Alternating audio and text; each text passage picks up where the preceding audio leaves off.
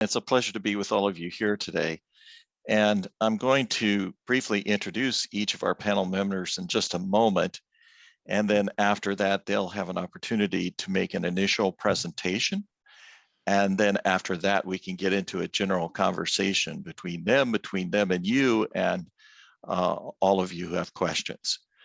But first, I want to say that we were really trying to be intentional, not only in selecting some folk that would be distinguished, expert, knowledgeable about best practices and the risks associated with ESG investing, but also to kind of represent a spectrum of players, of participants in this important discussion by having an asset manager, that's Megan Fielding, a peer, Jake Barnett, who's with the Methodist investment organization Westpath, and with someone who has done legal advice for ESG investors, primarily in the ERISA atmosphere.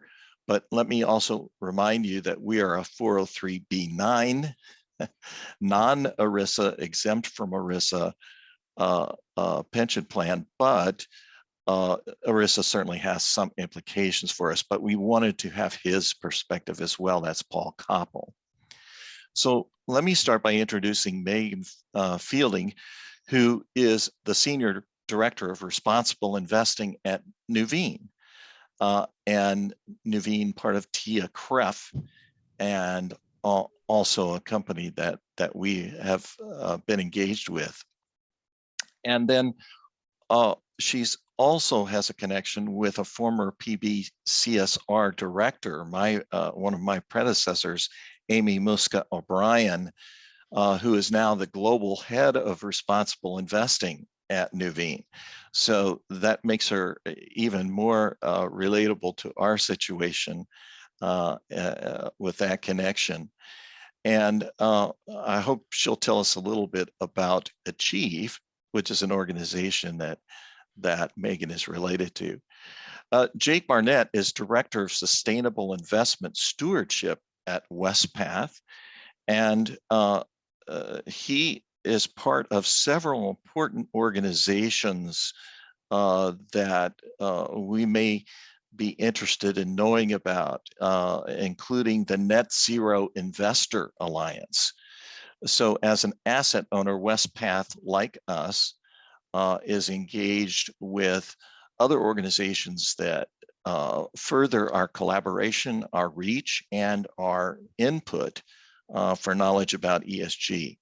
And then Paul Koppel is with Clifford Chance, and he is representing legal counsel that specializes in investment risks and opportunities with respect to ESG, primarily ERISA practice, but also issues of alternative investment funds and hedge funds, application of ERISA to retirement plan investors, fiduciary requirements, and focus on issues for ESG investors relating to returns, disclosures, and very importantly for today, and hopefully we'll get into this a little bit, trustee responsibilities. And certainly if you have questions or legal concerns related to your role as a trustee, he would be a good person to ask. So Megan, thank you very much for being here. I think you may have some slides. You could share your screen, or we can do that as you make your presentation. Thanks for being with us. It's a pleasure to be here. Thank you so much for having us today. Really, it's a privilege. So if you want to just keep control of the screen, that's fine too, and we'll just progress as we go along. Does that work, right? Yeah, that's fine. Yeah. Okay, great. So so this is just simply our word on risk, thanks to our compliance partners. But I thought I would go into the next slide, really from a framing perspective, what it is we're here to talk about. as I'm sure you all know very, very well, there is a lot of terminology in the marketplace. And listening to Caroline in the end here, talking a little bit about regulation, one of the very positive things about having a number of the regulators focused on our space is that hopefully we'll move from what you see here, which we fondly call a word soup, to really a taxonomy, a consistent approach to speaking about the work that we do with the same terms from firm to firm. So here at TIAA and Naveen, we refer to this business as responsible investing. And responsible investing is really our umbrella term to contain all the activities around ESG, which is really, from an investment perspective, leveraging ESG material factors in the investment management process. So everything from conducting the initial investment analysis to the portfolio construction to the asset management and research around sectors. We focus on responsible investing for three key reasons. One is really around the management of risk. The second is around the potential to enhance performance. And the third is the result of adding in new ESG factors into the investment process leads to discovery on the investment side. So for example, green bonds were mentioned in the previous session. Finding green bonds as a result of identification of new factors coming in about a corporation, for example. I have a question about triple bottom line. So triple bottom line is, I haven't had this question in a long time. So it's, I'm totally blanking for a second here. Megan, I can help you out. So triple bottom line is actually focused on the three Ps, right? So it's not only purely on profit, but also making sure that the planet and the people, and the planet, so the people being represented by community and employees. I mean, that's, a triple, concurrent focus on these three objectives. Thank you. Do well, save the planet. Yes, yeah. And again, I think and we'll get into it later about, the focus on regulation. It really comes from, that is such an interesting and exciting value proposition. Who wouldn't want to be part of a triple bottom line, right? But it's really making sure that it's authentic, it's transparent, it's measured, and it's real versus quote unquote greenwashing. So we don't necessarily hold out triple bottom line. Again, we're really focused on, as investors, what does the incorporation of ESG do for us from the investment management perspective? And how can we help investors really lean into what's important to them where appropriate? So that's a little bit about ESG or RI, we call it fondly RI or ESG. And if we move to the next slide, a few people had suggested kind of talking through sort of the evolution of the industry. And this slide attempts to show the evolution of the industry as well as the evolution of TIAA and Naveen as participants and leaders in the industry. So, back in the 70s, and I always say, thankfully, as a result of our engagement with clients came to us to express dissatisfaction with certain aspects of their portfolio, mainly at that time, two areas. One, companies that were doing business in South Africa, recognizing increasingly, particularly in the late 70s, the policy of apartheid taking place there. And then also product safety standards were becoming very, very important, thinking of safety belts in cars, for example. So they came actively to their investment managers, TIAA being one of them, to talk about these things. And through the power of engagement, we were able to combine our proxy votes and really our power, having so many different clients underneath the name, and join forces with other asset managers to have fruitful conversations with regulators and corporate managements in order to, over time affect change. But really, when I think about the industry over the last 5+ decades now, really falls into three areas. One, the 70s and 80s were this area or this time of clients coming to their asset managers and expressing what was on their mind, what are their values, and what are you, asset manager, going to do as a result of my preferences. Whereas in the 90s and in the 2000s, there was this recognition that not all clients are the same and clients have different needs. So how can we come out with investment products and services in order to attract a wider group of clients and really work with them? So some of in 1990, TIA came out with the first ESG product, the social choice, the pref account on the annuity side. And then a few other firms did as well, certainly at that time. All quant-based passive strategies in response to what clients had experienced in the 70s and 80s, which was really driven by an exclusionary process as they expressed dissatisfaction with an industry or a company. Those items or sectors were taken out of a portfolio, but they weren't replaced with anything. So they suffered at times of outperformance, for example, of companies in healthcare based in South Africa from a performance perspective. And so it was novel in the early 90s to come up with the methodology to create an index fund that wouldn't penalize investors for having those values. And it would have a replacement function, so you would still get the characteristics of that benchmark without having the direct investments.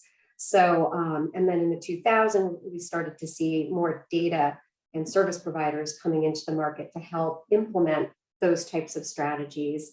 And then really in the last decade and a half, 2 decades almost, we've seen, the adoption of ESG as what I call a valid investment option. So from from the perspective of including material ESG factors into the investment management process, it has been illuminating to the investment management industry to see what else they discover as a result of these factors coming into the process. So, for example, they may have always looked at governance to some extent, but had governance been examined through the lens of gender? Had it been really evaluated through the lens of ethnic composition? And these are the types of topics, in part, our clients have brought to us, as well as asset managers having more and more data available. There have been this recognition that more diverse boards, for example, outperform non-diverse boards over time. So, so this recognition really is, valid and well adopted now, I would say, in the industry. I could go on, I could spend all day on this slide, so I want to be sensitive to my other panelists. If we jump to the next slide, I really like the slide that Carolyn had. This is focused in on some of the specifics around regulation. I won't necessarily read through this, but certainly the SEC has an ESG disclosure rule now for investment advisors that it's out now for asset managers to weigh in on. And so it's specific disclosures around ESG strategies that would require disclosures on those strategies in the fund prospectus, reports, brochures. We certainly agree with that. We embrace that.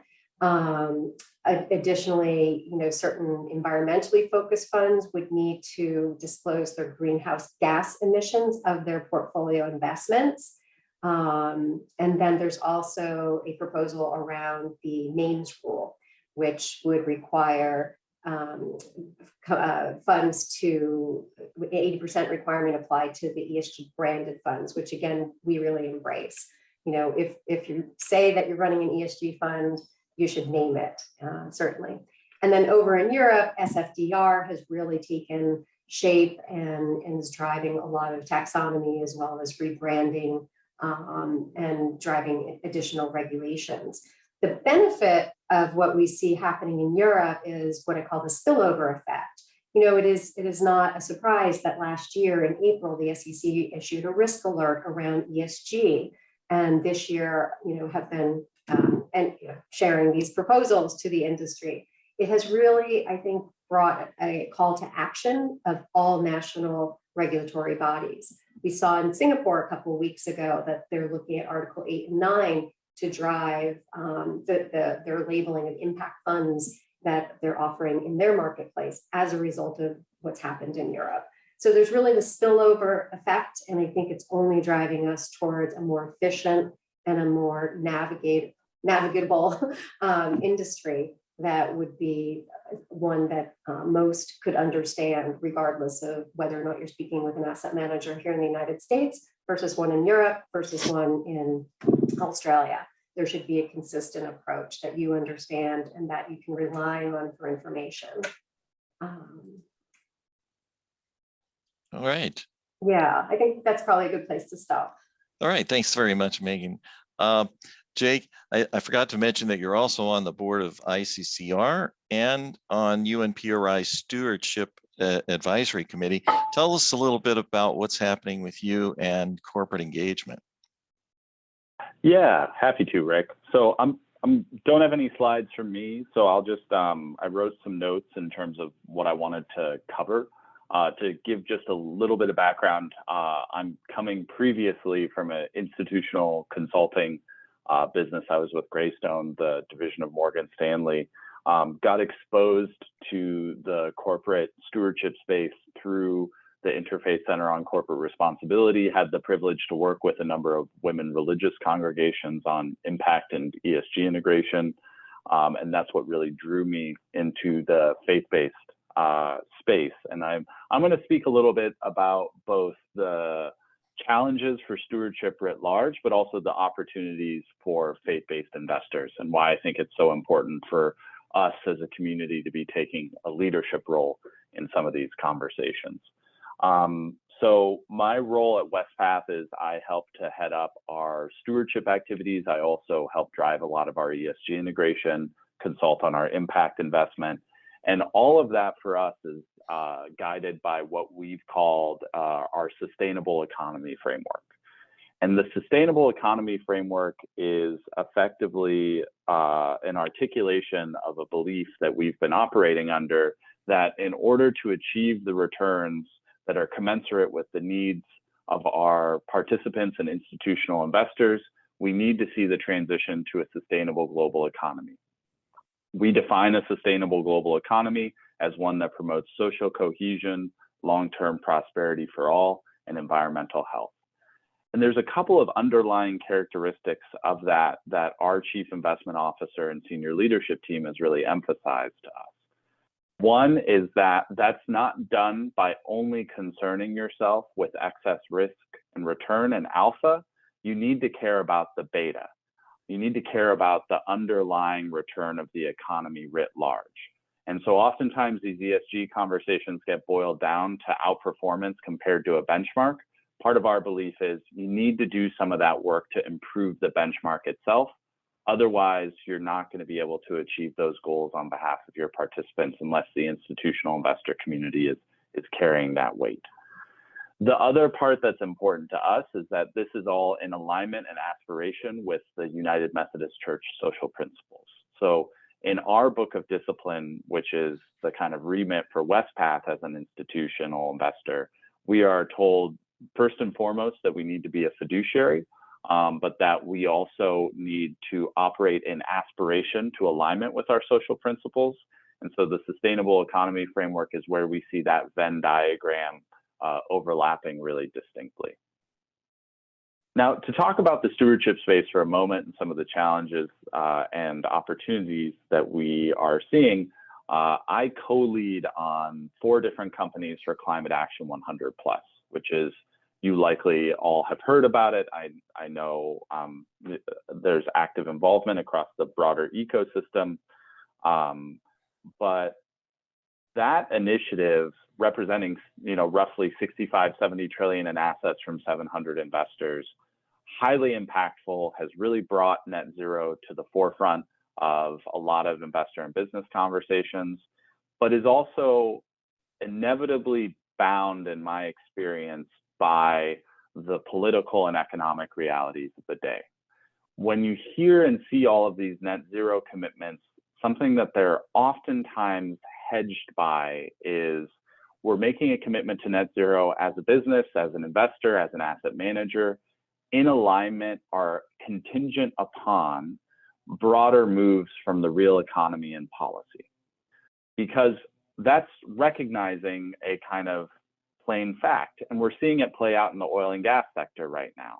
If there's demand for a product, if there's not alternative supply, and if there's not economic incentives to move away from that product, it doesn't matter if there's been these broad-based high-level commitments to net zero.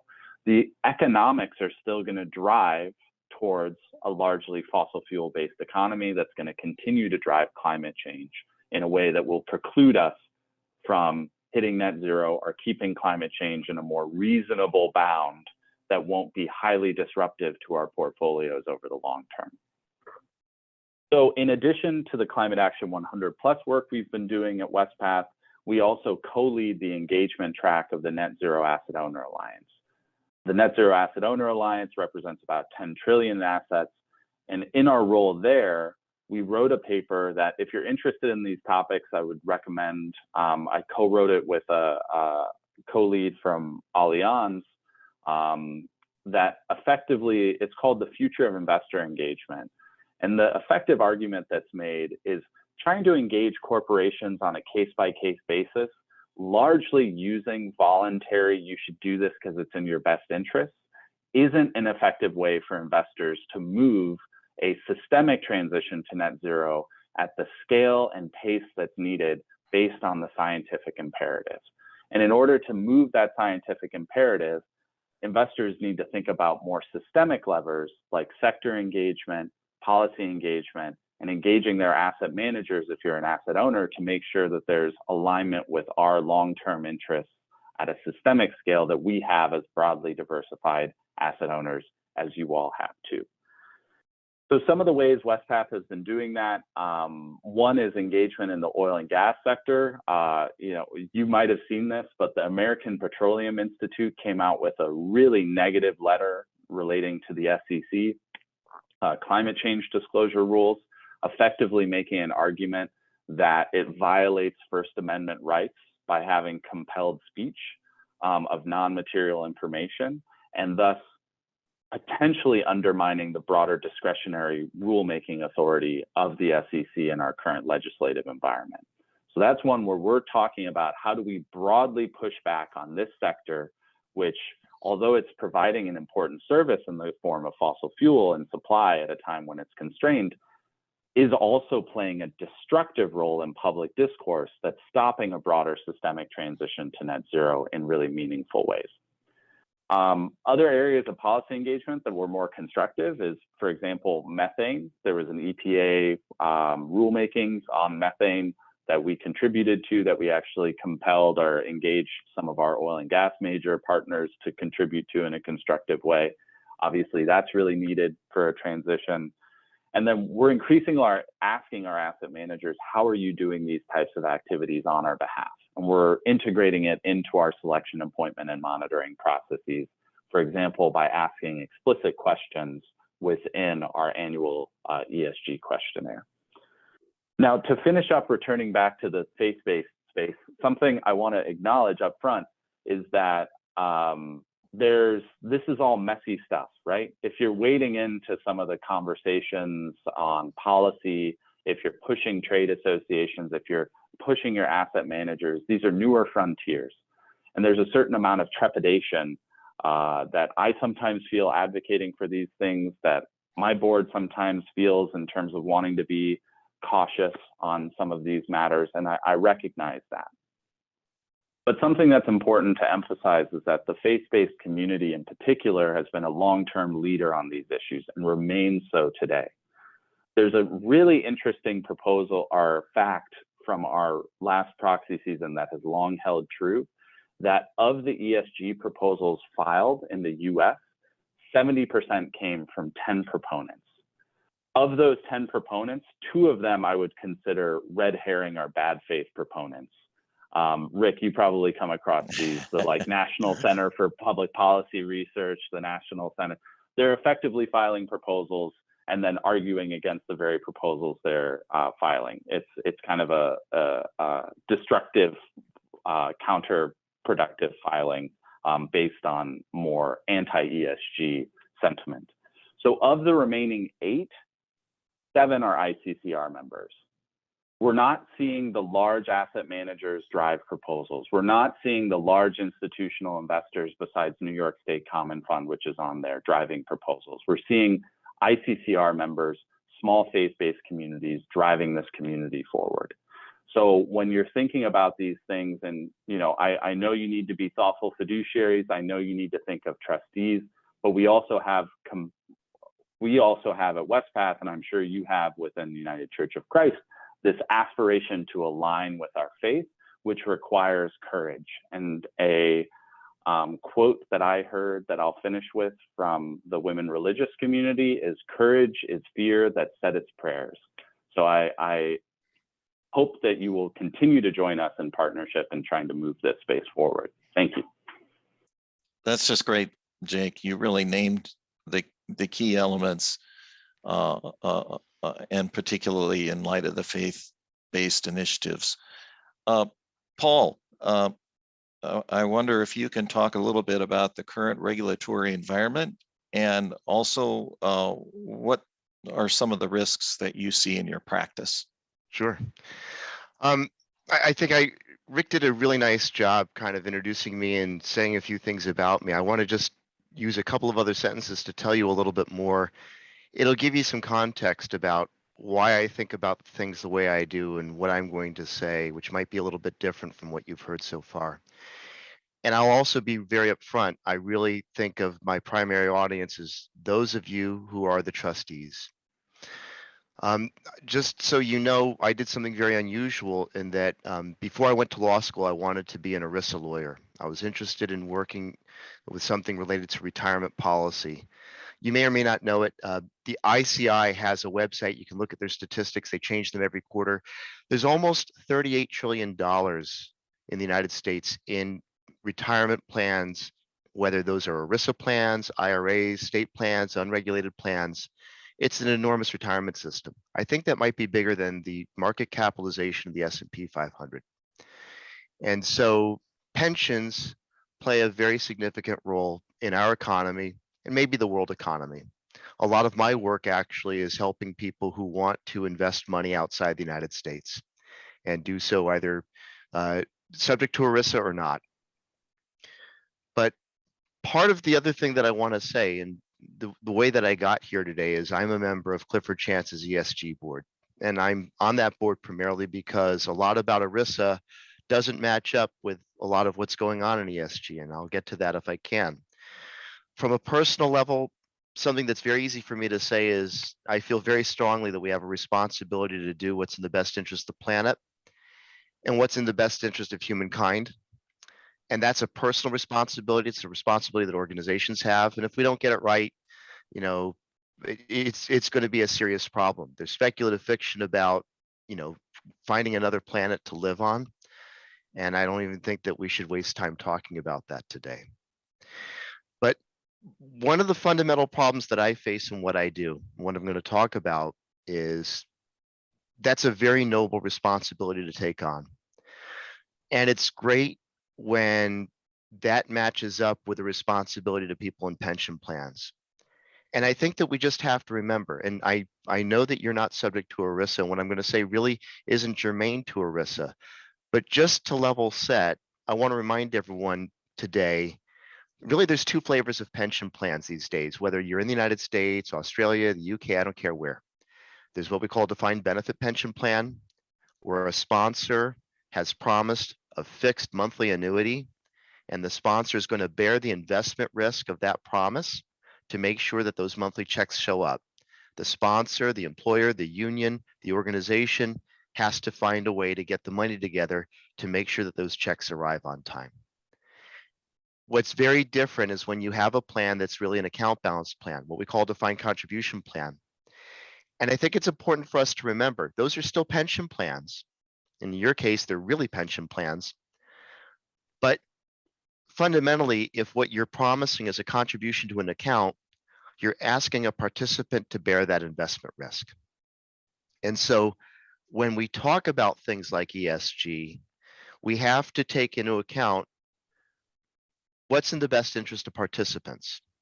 Part of the issues that I seem to face all the time when I go to committee meetings and work with other organizations is Some people are conscious of the fact that many of us, and Jake may or may not agree with what I'm about to say, many of us have the luxury in that we can afford to take ESG risks because we can afford to get a different rate of return, make a more expensive investment. But there's lots of people in our pension plans that are really going to depend on the pension account or the check one day, and they're not in the same luxurious position. And when you make decisions about ESG investing that may have an effect on what that pension could have been, you have to take the time to think carefully and have a process for making sure that you're making what you think is the best decision, taking what I've just said into account. Now, you have it easy, as you know, because you're not subject to ERISA. And I know that you're now all aware that there's been the pendulum swings with every administration. The current administration has proposed and may finalize a rule that will make it easier for ERISA plans to invest in ESG.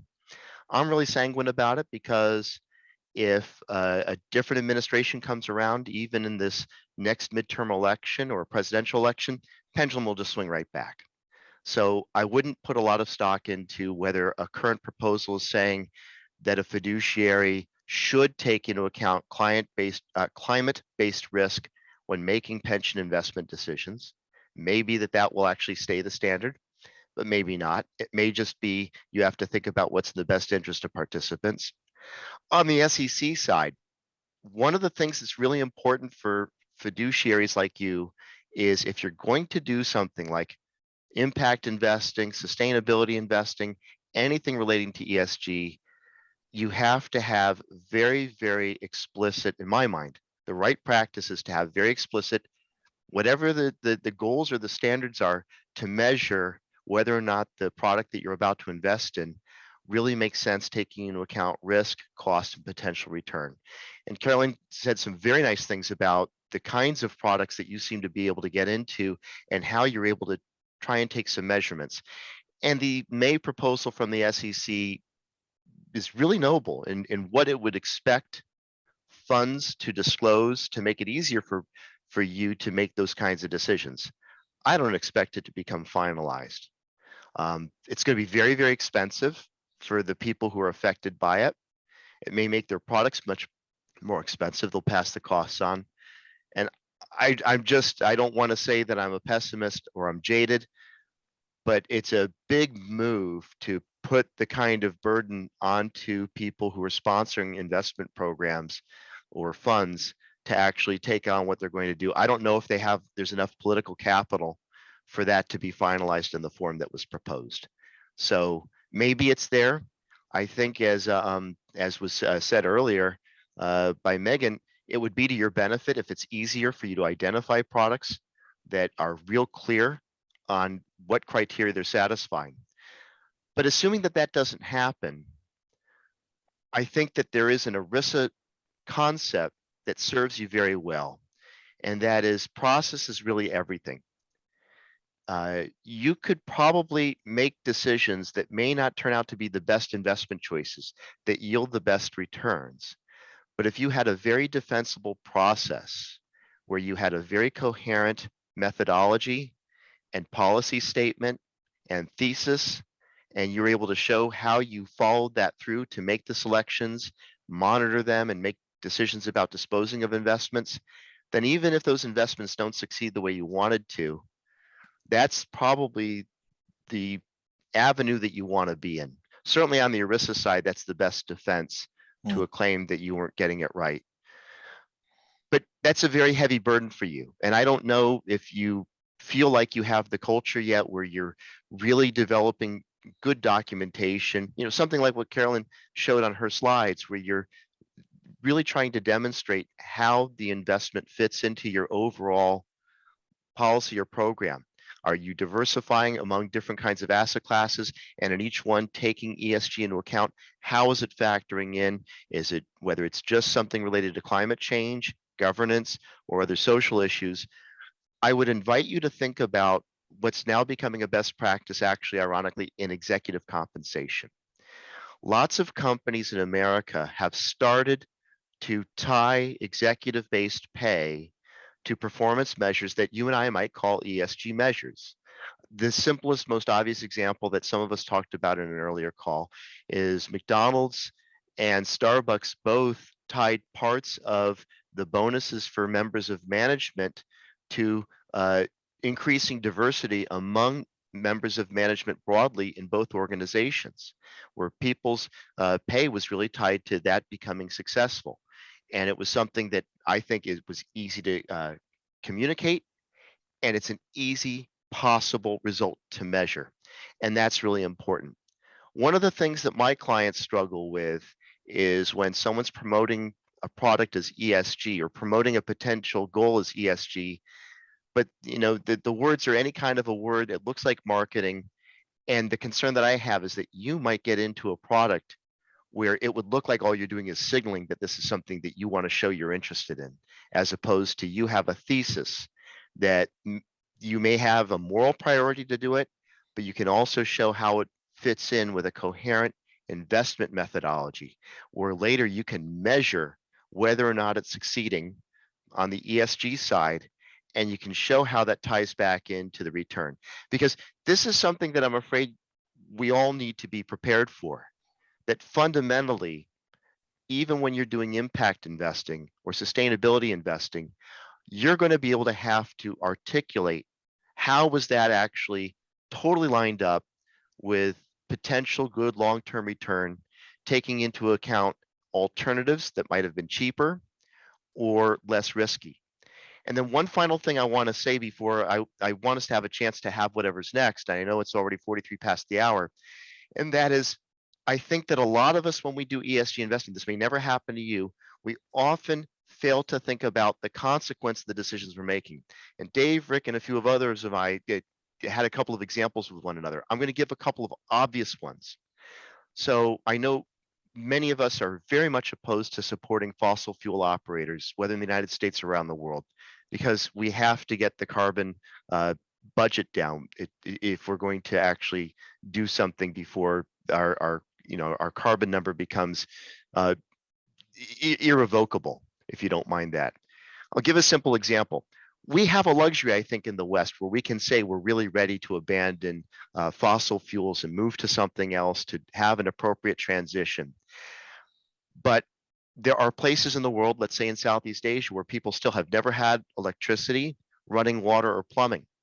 And there are still places to this day that if no one's willing to help pay for a coal-fired electricity plant, those locations will still not have running water, indoor plumbing, or electricity.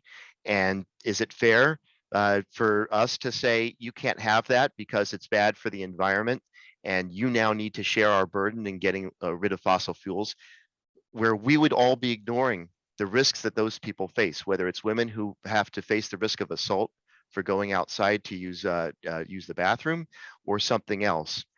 And I'm not saying that we need to all just stay with fossil fuels, but one of the things that I find is we often don't take enough time to think about what's the consequence of the decision that we want to make, even if it's a noble one, when we're supporting an ESG investment.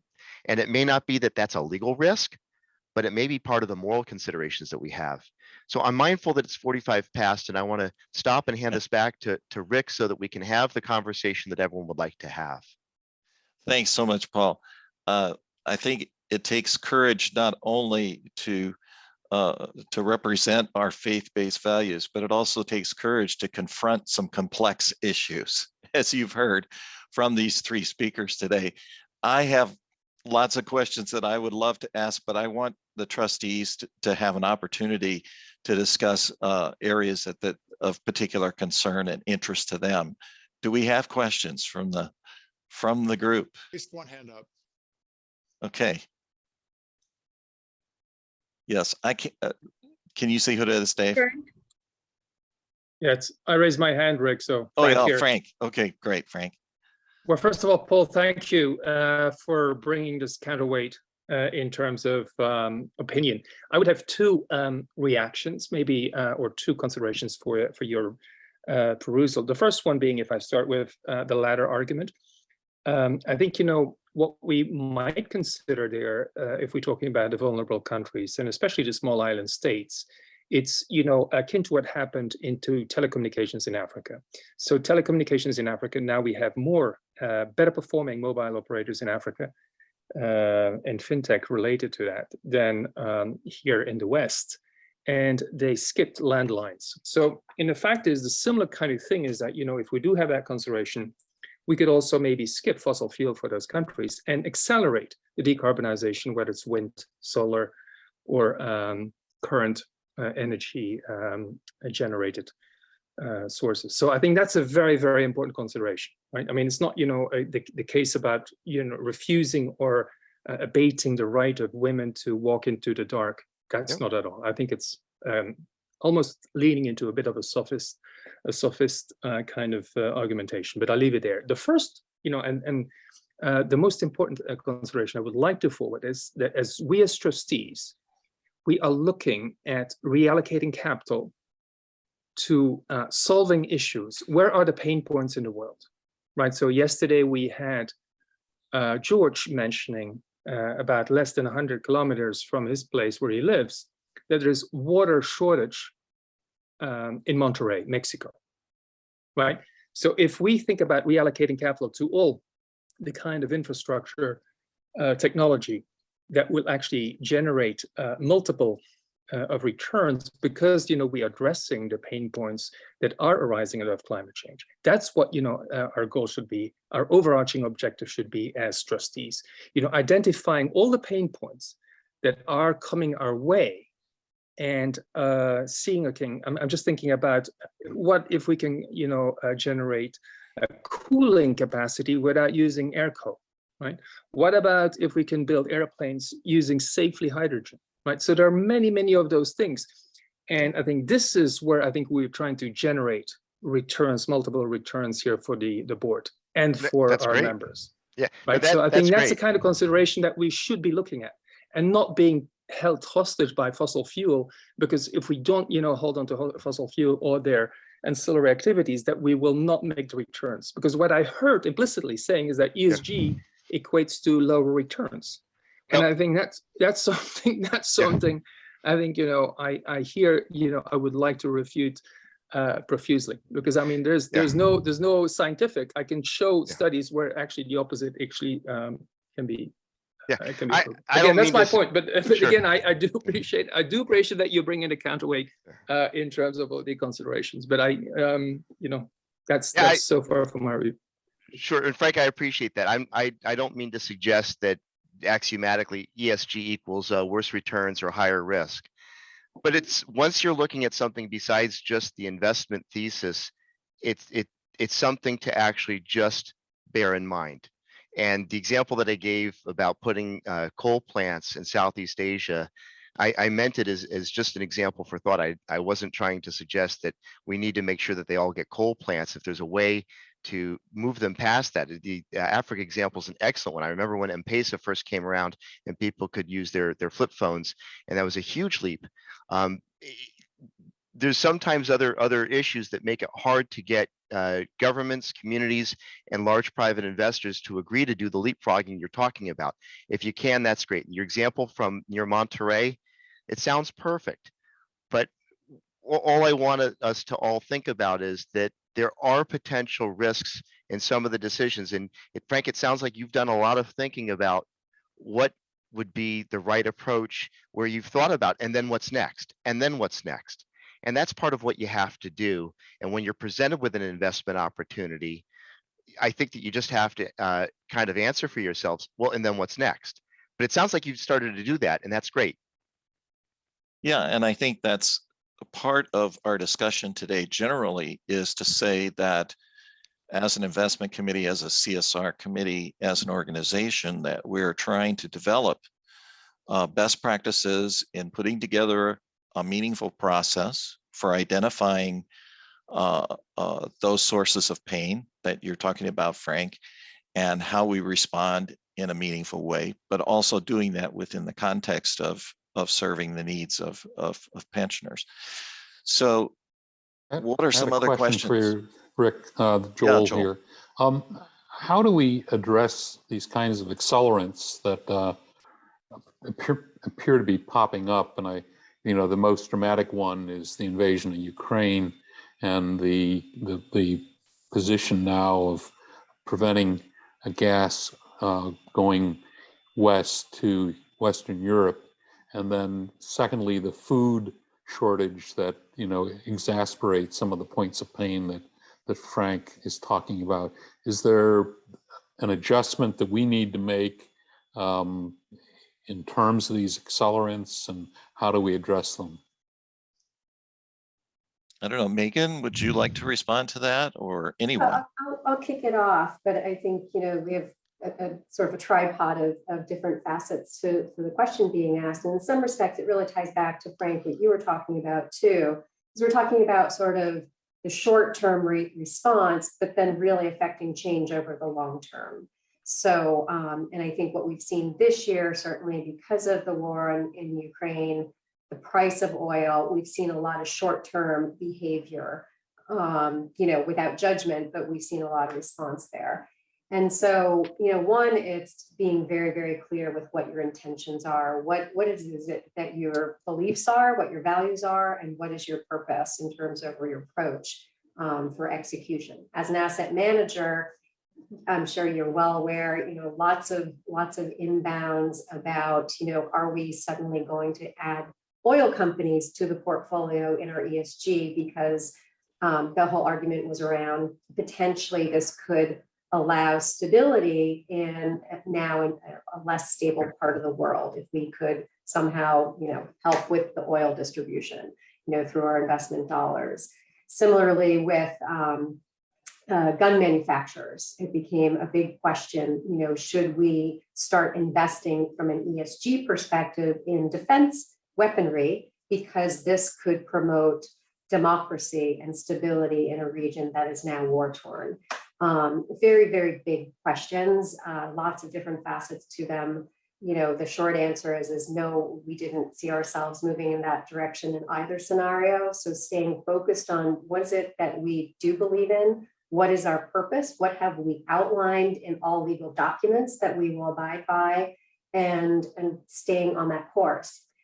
That said, as an asset manager and through organizations such as, you've heard mentioned today and others, joining forces with other participants in the industry to have conversations, whether it's on a political scale, whether it's on a social scale, whether it's through third parties who are in the region or capable of getting into the region to assist, with the situations unfolding there. But Jake, I don't know if you want to add anything from your lens. Yeah, I think some of these conversations are really important to have with a true long-term and holistic view lens to see what the actual levers are that are going to change. So if we talk about supply-demand dynamics, there's a lot of focus in the fossil fuel energy space on supply. In engagement and stewardship, there's a lot of focus on how do we get the fossil fuel companies to lower supply or to cut down on supply. But there's a few dynamics that aren't always as explicitly talked about here. One, the traditional publicly traded oil and gas companies that are in the West that you hear a lot about, Exxon, Chevron, Conoco, Shell, BP, only account for 14% of global supply, with the vast majority of the rest of it coming from groups like Saudi Aramco, Rosneft, Petrobras, that we don't have any engagement or stewardship leverage over. Let's be real. Like, nobody's going to engage Saudi Aramco and get them to do anything besides what the Saudis tell them to do. So we need to be transparent about what our leverage points are. The other aspect that's important there is demand is the other side of supply.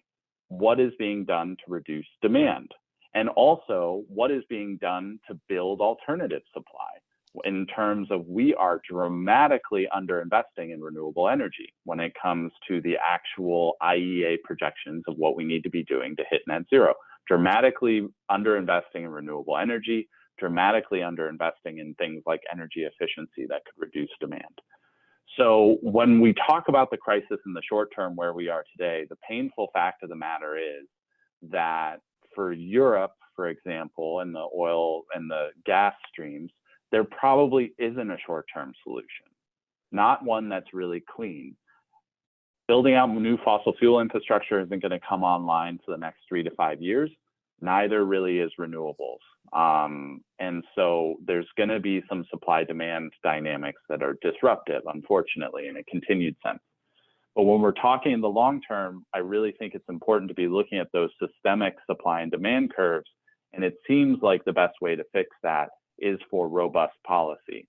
Now, our government is not doing that, but that is probably in part because there are disruptive voices from the business and corporate world. And that's why we at WestPath are so focused on this corporate alignment conversation when it comes to some of those lobbying and stewardship discussions.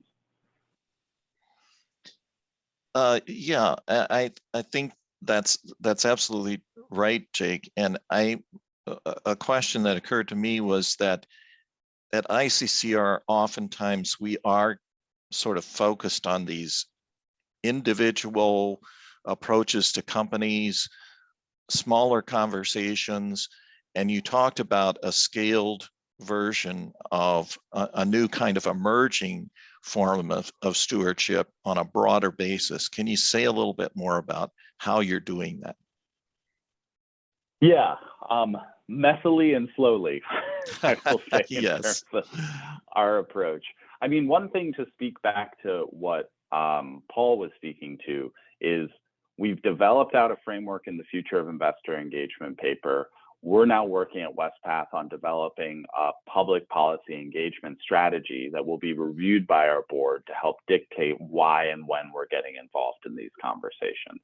So we are trying to put in place the underlying governance and policy processes that make sure that we're going through a disciplined process. And it's in the engagement. So for example, I engaged with Chevron relating to the American Petroleum Institute submission on the SEC. I engaged with Occidental relating to their methane submission to the EPA. We've engaged with Cummins, another company in Climate Action 100 plus diesel engine manufacturer out of the Indiana region. And they have been huge leaders and boosters for a lot of climate legislation. They really get it. They're using their voice in a very positive way in public policy. So there's somebody who I'd point to as a best practice. We're also working in the net zero. We're also working in the Net Zero Asset Owner Alliance to come up with a toolkit for helping asset owners engage their managers on lobbying alignment. That's something that'll be public out. Yeah, public out in the fall. We'll share that with you, Rick, when it comes along. So those are some of the pieces. But back to what Paul was saying, kind of part of our fiduciary lens of engaging on these systemic topics is that we see disruption coming down the line no matter what we do. And we think engaging on this more holistic level can make us smarter in choosing the right investments for that disruption, which will truly be unprecedented when it comes to issues like the climate crisis. Yeah, well, I was just, when Jake mentioned about Cummins, that excited that one of our managers on BioDA that Carolyn highlighted, they had that in the portfolio and then go through the thesis, and that's why how those industrial companies actually help provide the climate solution. And then also, I think this is a very nice session, a lot of engagement. Joe asked a good question, and Paul had a very good point on climate affect people not equally, right? And then how we solve it, and how we deploy capital, and where we use the technology enabler to help expedite the solutions so that we could bypass the dirty code and so on, is something important for us to think about.